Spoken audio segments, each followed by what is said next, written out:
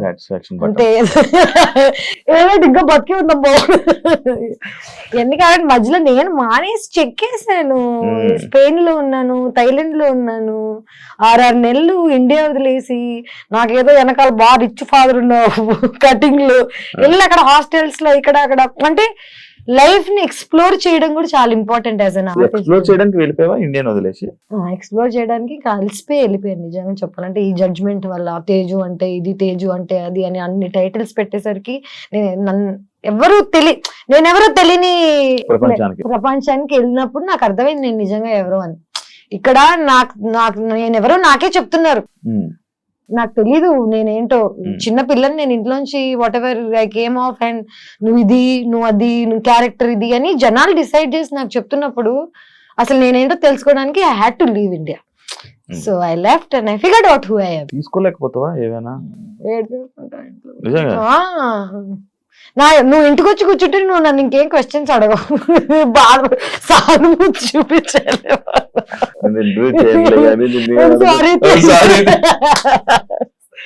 ఏడ్చేస్తాను నేను. అది అంటే చూడ్డానికి బోల్డ్ అంతా బానే ఉంది కానీ ఎందుకంటే నేను చిన్న పిల్లని, అమ్మాయిని, తెలుగు అమ్మాయిని, నాకు ఎవరు లేరు సపోర్ట్ చేయడానికి, బ్యాక్గ్రౌండ్ లేదు. ఎవరైనా సూటిగా నన్ను ఏదైనా అడిగితే నాకు నేనే ఆన్సర్ చెప్పుకోగలగాలి. నా వెనకాల నుంచి ఫైట్ చేసే వాళ్ళు లేరు కాబట్టి ఆ నైఫ్, ఆ బోల్డ్నెస్ నాకు తప్పులేదు భయ్య. కళ్ళని ఇప్పటికి నీళ్ళు వస్తున్నట్టున్నాయి. ఎప్పుడు వస్తున్నాయంటారా ఎవరు లేరా అంటే వస్తారు కొంతమంది లైఫ్ లోకి. ప్రేమించాము నాకేంటంటే ఇప్పుడు ఫ్యామిలీ లేనప్పుడు ప్రేమించేవాడే ఎవ్రీథింగ్ అవుతాడు కదా. వెన్ యూ డేటింగ్ సమ్వన్ వాడే అమ్మా నాన్న. ఇది గుర్తు రాగానే నాకు లోపల నొప్పేస్తుంటది. మనం అన్ని అనుకుని కొంతమంది గురించి అనుకుంటాం, అంతా అయిపోయింది అంతా తీసుకొని బ్రదర్ అనగానే వాడు ఏదో చేస్తాడు. దెన్ అగైన్ బిగ్ బాస్ నుంచి ఇప్పుడు దాకా నా హార్ట్ బ్రేక్ అవుతానే ఉంది. డబ్బులు అయి ఉండొచ్చు, జనాలు నన్ను పర్సీవ్ చేసుకోవడం అయి ఉండొచ్చు, లవ్ అయి ఉండొచ్చు, కంటిన్యూస్ గా నాకు చాలా హార్ట్ బ్రేక్స్ అవుతున్నాయి. నాకేమర్థమైందంటే జీవితంలో ఎక్కడికైనా వెళ్ళాలంటే మినిమం ఇన్ని దెబ్బలు అయితే తినాలి. మెంటలీ ఆల్సో నేను ఇప్పుడు ఏడుస్తున్నా, but at the same time నేను రికగ్నైజ్ చేయగలుగుతున్నాను నేను ఎందుకు ఏడుస్తున్నానో, నాకు ఎందుకు బాధ వస్తుందో నాకు తెలిసి. ఇప్పుడు 5 ఏళ్ల క్రితం నేను ఎందుకు ఏడుస్తున్నానో నాకు తెలిసేది కాదు. ఎందుకంటే నెగిటివిటీ ఉన్నప్పుడు చుట్టూ కంట్లోంచి నీళ్ళు వచ్చేస్తాయి, కానీ నీకు ఎందుకు వస్తున్నాయి, నువ్వు దానికి ఎలా రియాక్ట్ అవ్వాలి అన్ని ఇన్ఫర్మేషన్ లేదు.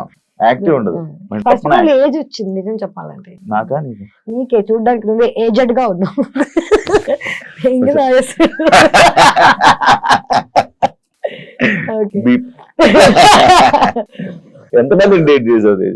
నేనా I'm at my 4th now.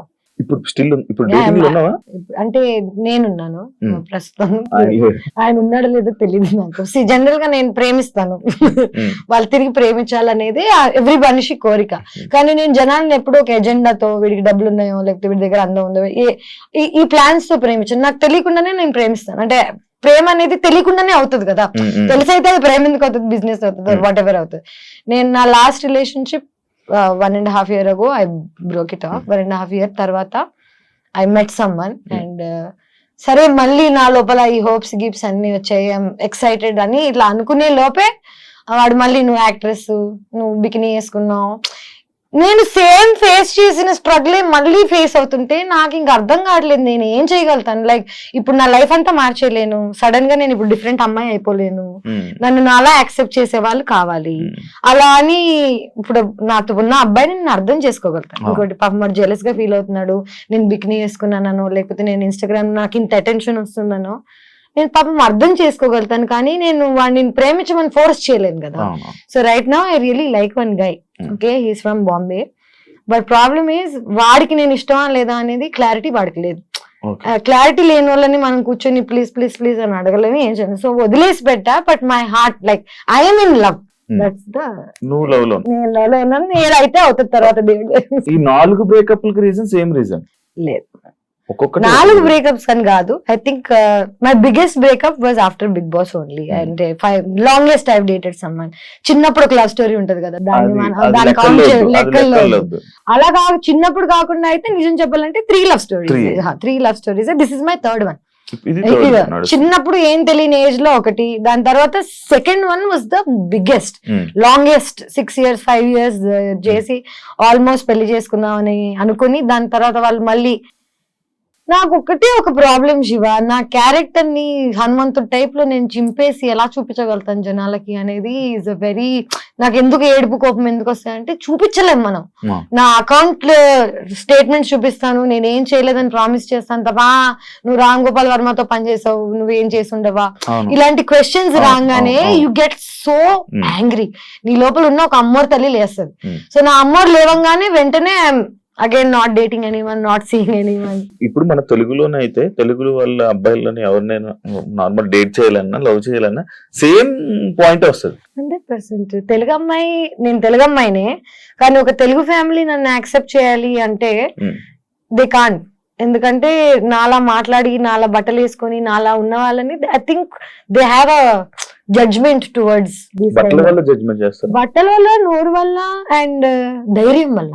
ఉమ్, అమ్మాయిలకి ఇంత ధైర్యం ఉంటే I think is not a good thing in our society. నువ్వు చెప్పు ఇంకొక లైక్ ఒక ఇప్పుడు చెప్తావు నువ్వు ఒక 10 పేర్లు చెప్పమంటే 20 ఏళ్ళు 20 years ago tell me one more actors who can talk like this or who was dealing with stuff like this. హిందీలో ఉన్నారు చాలా మంది, హిందీలో చాలా మంది. ఓపెన్ ఎగ్జాక్ట్లీ అదే ఓపెన్నెస్ నాకు చిన్నప్పటి నుంచి ఇక్కడ ఉంది. ఎందుకంటే నేను సగం నార్త్ ఇండియాలో పెరిగాను, సగం సౌత్ ఇండియాలో పెరిగాను. మా నాన్న paramilitary CISF central India security force, మొత్తం ఇలా ఈ మిక్స్డ్ గా పెరిగాను నేను. సో నేను ఫుల్ తెలుగు కాదు, ఫుల్ హిందీ కాదు, కానీ నా మెంటాలిటీ, నా మైండ్ సెట్ చిన్నప్పటి నుంచి ఆర్మీ బ్యాక్గ్రౌండ్ తో వచ్చింది. I'm very open minded. But world అలా లేదు. ఇప్పుడు మెల్లగా అవుతుందేమో యాక్చువల్లీ చెప్పాలంటే, ఇన్స్టాగ్రామ్ వల్ల, సోషల్ మీడియా వల్ల పీపుల్ ఆర్ యాక్సెప్టింగ్. బట్ నేను I was too much for too early. ఒక 5 ఏళ్ల క్రితం 7 ఏళ్ల క్రితం నేను ఆల్రెడీ ఇలా మాట్లాడుతున్నాను. సో జనాలు రెడీగా లేరు పాపం అప్పటికి.